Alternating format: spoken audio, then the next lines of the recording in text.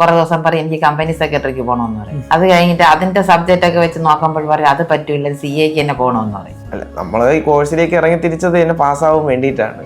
അപ്പൊ നമ്മൾ തന്നെ ഡൗൺ ആയി പോയാൽ വീണ്ടും ആ ഒരു മോട്ടീവ് എന്തിനാണോ വന്നത് ആ ഒരു ലക്ഷ്യമാണ് വീണ്ടും മുന്നോട്ട് നയിച്ച മെയിൻ കാര്യം. അപ്പൊ അതാണ് ഇപ്പോഴും മുന്നോട്ട് നയിക്കുന്നത്. രാത്രി 2 മണി 3 മണി വരെ ആകും എന്നും.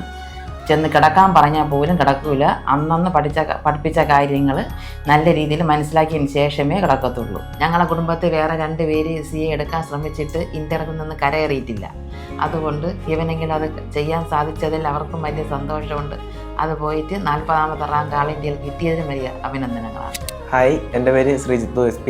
ഞാൻ ട്രിവാൻഡ്രം AAA സ്റ്റുഡൻ്റ് ആയിരുന്നു. കഴിഞ്ഞ CA ഇൻ്റർമീഡിയറ്റ് ജനുവരി 2026 എനിക്ക് ഓൾ ഇന്ത്യ റാങ്ക് 40 നേടാനായിട്ട് സാധിച്ചു.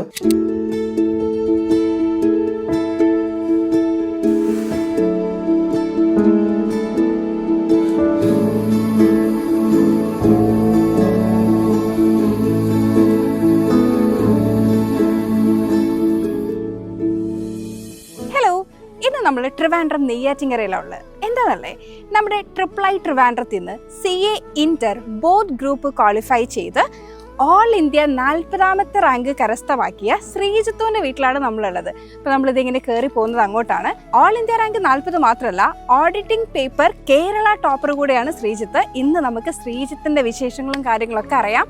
അതിനാണ് നമ്മൾ ഇന്നിവിടെ വന്നിരിക്കുന്നത്.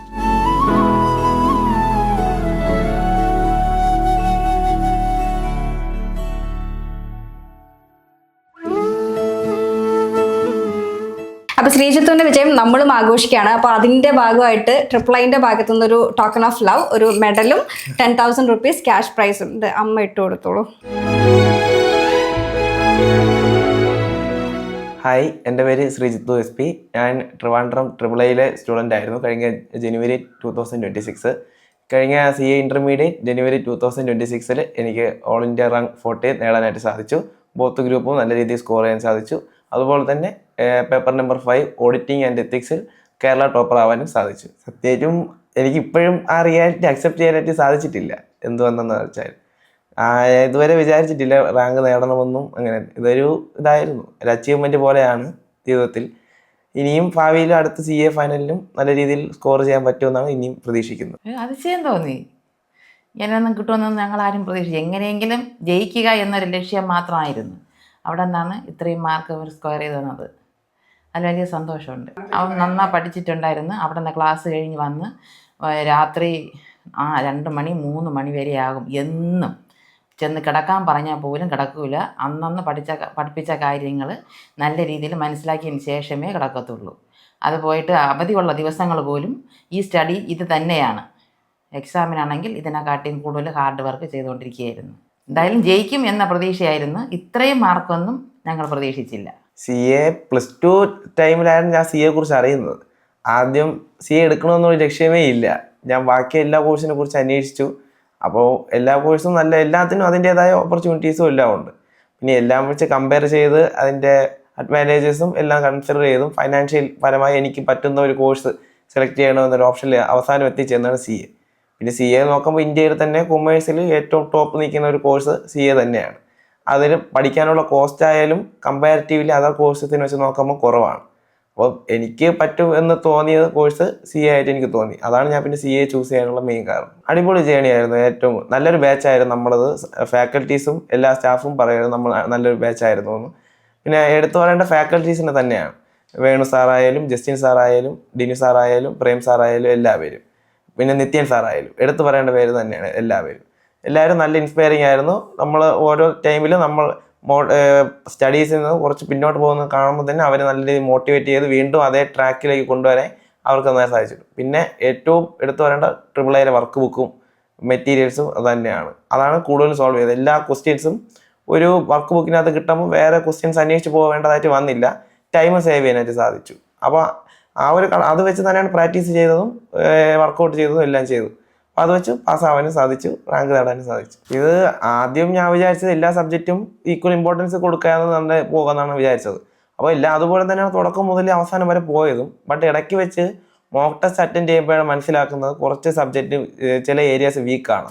അപ്പോൾ അതിലേക്ക് കൂടുതൽ കോൺസെൻട്രേഷൻ കൊടുത്തും കുറച്ച് കൂടുതൽ ക്വസ്റ്റ്യൻസ് വർക്കൗട്ട് ചെയ്തും എഴുതി പഠിച്ചും അങ്ങനെയൊക്കെ തന്നെയാണ് കൂടുതലും പോയത്. കൂടുതലും FM-ൽ എനിക്ക് കുറച്ച് പാടായിരുന്നു.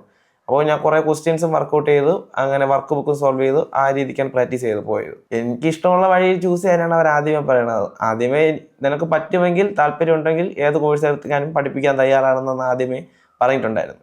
പിന്നെ +2 ലാസ്റ്റത്തെ സമയത്താണ് CA എന്നുള്ള ഓപ്ഷനിലേക്ക് പോയതും. പിന്നെ അതിനെക്കുറിച്ച് അന്വേഷിച്ചപ്പോൾ അവർക്കും തോന്നി, കാരണം നല്ലൊരു കോഴ്സ് തന്നെയാണ്. അപ്പോൾ ഭാവിയിൽ നമുക്ക് നല്ലൊരു അവസരങ്ങളും ജോലികളും എല്ലാം കിട്ടാനുള്ള സാധ്യതകളുണ്ട്.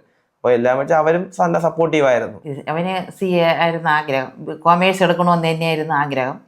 അപ്പോൾ കൊമേഴ്സ് എടുത്താൽ അടുത്ത യാതൊന്ന് നോക്കി അങ്ങനെ കമ്പനി സെക്രട്ടറി കുറേ ദിവസം പറയും എനിക്ക് കമ്പനി സെക്രട്ടറിക്ക് പോകണമെന്ന് പറയും. അത് കഴിഞ്ഞിട്ട് അതിൻ്റെ സബ്ജക്റ്റൊക്കെ വെച്ച് നോക്കുമ്പോൾ പറയും അത് പറ്റില്ല, CAക്ക് തന്നെ പോകണമെന്ന് പറയും. ഫുൾ നല്ല സപ്പോർട്ടീവായിരുന്നു. എക്സാമിൻ്റെ ടൈമിലായാലും ത്രൂ ഔട്ടും എൻ്റെ അടുത്ത് കൂടുതലും പഠിത്തം വിട്ട് വേറെ എവിടെ കളിക്കാനും എന്തെങ്കിലും പോകാനാണ് പറയുന്നത്. സ്റ്റഡി ടൈമിൽ ഞാനാണ് പിന്നെ അതിൽ വരുന്നത്. അപ്പോൾ നല്ല സപ്പോർട്ടീവായിരുന്നു. എൻ്റെ കൂടെ ഒപ്പം ഉണ്ടായിരുന്നു. എന്ത് റിസൾട്ട് ആയാലും ഫേസ് ചെയ്യാൻ ധൈര്യത്തിൽ തന്നെ വീട്ടുകാരും ഉണ്ടായിരുന്നു. ഞാൻ തുടക്കം മുതലേ ക്ലാസ് കഴിഞ്ഞ് വീട്ടിലൊന്നും പഠിക്കുമായിരുന്നു. ഓരോ സബ്ജക്റ്റിനും ഓരോ ടെക്നിക്കും ഉണ്ടായിരുന്നു. സാർമാർ ഫാക്കൽറ്റീസ് പറഞ്ഞിരുന്ന ആ ഒരു മെത്തേഡാണ് ഫോളോ ചെയ്ത് മെയിനായിട്ട് പോയത്. വേണു സാറാണ് ഏറ്റവും കൂടുതൽ നമ്മളെ ഹെൽപ്പ് ചെയ്ത ഒരു ഫാക്ടറും. സാർ പറയുന്ന രീതികളുണ്ട്, ഇന്ന സബ്ജക്റ്റ് ഏത് രീതിയിൽ അപ്രോച്ച് ചെയ്താൽ നമുക്ക് ഇത്ര പെട്ടെന്ന് ടൈം സേവ് ചെയ്തായാലും നമുക്ക് ക്വസ്റ്റ്യൻസ് അറ്റൻഡ് ചെയ്യാനും ഫിനിഷ് ചെയ്യാനും സാധിക്കും എന്നുള്ള രീതിയിൽ. അപ്പോൾ അത് തന്നെയാണ് മെയിനായിട്ട് ഫോക്കസ് ചെയ്തതും മുന്നോട്ട് പോയ കാര്യങ്ങൾ. അല്ല, നമ്മൾ ഈ കോഴ്സിലേക്ക് ഇറങ്ങി തിരിച്ചത് തന്നെ പാസ്സാവാൻ വേണ്ടിയിട്ടാണ്. അപ്പോൾ നമ്മൾ തന്നെ ഡൗൺ ആയി പോയാൽ വീണ്ടും ആ ഒരു മോട്ടീവ് എന്തിനാണോ വന്നത് ആ ഒരു ലക്ഷ്യമാണ് വീണ്ടും മുന്നോട്ട് നയിച്ച മെയിൻ കാര്യം. അപ്പോൾ അതാണ് ഇപ്പോഴും മുന്നോട്ട് നയിക്കുന്നത്. CA പാസ്സാവുക എന്നാണ് മെയിൻ ലക്ഷ്യം. ഇനിയും അങ്ങോട്ട് മുന്നോട്ട് പോകും ഇതേപോലെ. അഡ്വൈസ് ആണെങ്കിൽ നല്ല രീതിയിൽ ഹാർഡ് വർക്കും കൺസിസ്റ്റൻ്റ് ആയിട്ട് വർക്ക് ചെയ്യാൻ പറ്റുമെങ്കിൽ ആർക്കും വേണം എടുക്കാൻ പറ്റുന്ന കോഴ്സാണ്. നമ്മുടെ നാട്ടിലൊക്കെ പൊതുവായിട്ടുള്ള വിചാരമുണ്ട് CA എടുക്കാൻ ഭയങ്കര പാടാണ്, ജീവിതം കുറേ കാലം അങ്ങ് പോവും, അങ്ങനത്തെ കോഴ്സാണ്. പക്ഷെ ഇപ്പോൾ ഒരുപാട് റിസോഴ്സസും ക്ലാസ്സസും എല്ലാം അവൈലബിൾ ആയിരിക്കുന്ന സാഹചര്യത്തിൽ എന്ത് പഠിക്കാനും നമുക്ക് നല്ല രീതിയിൽ ഒന്ന് എഫർട്ട് ഇട്ട് കഴിഞ്ഞാൽ പാസ്സാവാൻ പറ്റുമെന്നാണ് ഞാനും വിശ്വസിക്കുന്നത്. അതുപോലെ തന്നെ മിക്ക ആൾക്കാരും പാസ്സാവുന്നതും എല്ലാം ചെയ്യുന്നതും.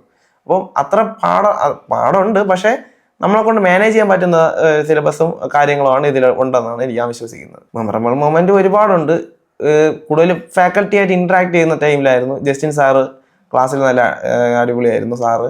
പിന്നെ വേണു സാറിൻ്റെ ക്ലാസ്സസും സാറും നമ്മളോട് അത്ര നല്ലതായിട്ട് മിങ്കിൾ ചെയ്ത് നിൽക്കുന്ന ഒരു ബാച്ചായിരുന്നു സാറും. പിന്നെ ആ ഒരു ഇൻട്രാക്ഷൻസ് ആണ് മെയിൻ മെമ്മറബിൾ മൊമെന്റ്സ്. നമുക്ക് ഇനി ഇതേപോലെ അടുത്ത് നല്ല രീതിയിൽ മാർക്ക് വാങ്ങിച്ച് ജയിക്കണം എന്നുള്ള ഒരു അഡ്വൈസാണ് കൊടുക്കാനുള്ളത്. എല്ലാവരും ഫൈനലിലെത്തുമ്പോൾ ഈ ചൂടെല്ലാം വിട്ടുപോകും, പക്ഷെ അത് പോകാതെ അത് കണ്ടിന്യൂ ചെയ്ത് കൊണ്ടുവരണം. അപ്പം പറഞ്ഞു ഞാൻ ജയിച്ചമ്മ എന്ന് പറഞ്ഞു. ജയിച്ചെന്ന് പറഞ്ഞ് ഞാൻ കേട്ട് എന്തൊക്കെയാണ് ഉള്ളത്. ആദ്യം പറഞ്ഞ് ഡിസ്റ്റിങ്ഷൻ ആണെന്ന് പറഞ്ഞു. പിന്നെ ഒരു 2 മണിക്കൂർ കഴിഞ്ഞാണ് പറയുന്നത് ഇതേ റാങ്ക് ഉണ്ട്, സാറ് വിളിച്ചിരുന്നു എന്ന് പറയും. അത് കേട്ടപ്പോൾ അതിശയം തോന്നി. എല്ലാവരെയും വിളിച്ച് പറഞ്ഞ് അവർക്ക് എല്ലാവർക്കും അഭിനന്ദനങ്ങൾ പറയാനേ ഉള്ളൂ. ഞങ്ങളെ കുടുംബത്തിൽ വേറെ 2 പേര് CA എടുക്കാൻ ശ്രമിച്ചിട്ട് ഇന്റർവ്യൂ നിന്ന് കരകയറിയിട്ടില്ല. അതുകൊണ്ട് ഇവനെങ്കിലും അത് ചെയ്യാൻ സാധിച്ചതിൽ അവർക്കും വലിയ സന്തോഷമുണ്ട്.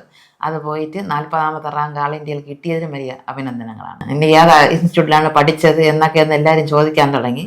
ഞങ്ങളിങ്ങനെ ഇൻസ്റ്റിറ്റ്യൂട്ടിൻ്റെ പേരൊക്കെ പറഞ്ഞു കൊടുത്തു. നല്ല ക്ലാസ്സാണ് എന്നൊക്കെ ഞങ്ങൾ പറഞ്ഞു കൊടുത്തിട്ടുണ്ട്.